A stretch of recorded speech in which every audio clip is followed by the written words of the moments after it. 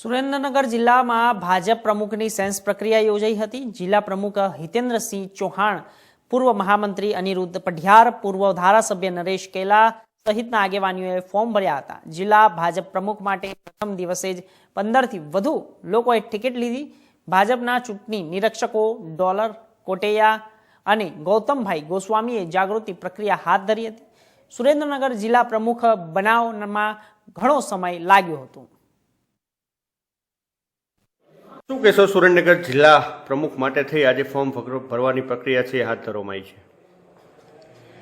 અમારે ભારતીય જનતા પાર્ટી સંગઠન પર્વ 2024 અંતર્ગત આ પ્રક્રિયા હાથ ધરાઈ છે। તબક્કાવાર બૂથ પ્રમુખશ્રી, મંડળ પ્રમુખશ્રીની કાર્યવાહી પૂર્ણ થયા બાદ આજરોજ સવારે 9:30 કલાકથી બપોરના 12:30 કલાક સુધી જિલ્લા ભાજપા પ્રમુખ માટેના ફોર્મ આપવાના અને સ્વીકારવાની પ્રક્રિયા હાથ ધરાયેલ છે। પાર્ટીની સૂચના અનુસાર કાર્યવાહી કરવામાં આવે છે।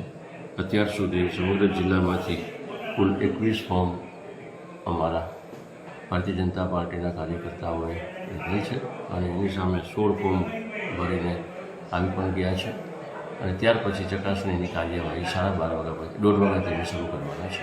સાહેબ, ખાસ કરીને પાર્ટીએ પ્રથમ વખત આ વખતે ફોર્મની પ્રક્રિયા છે કરી છે, એને લઈને સાહેબ કાર્યકરોમાં પણ અનેરો આનંદ છે, શું કહેશો આપ?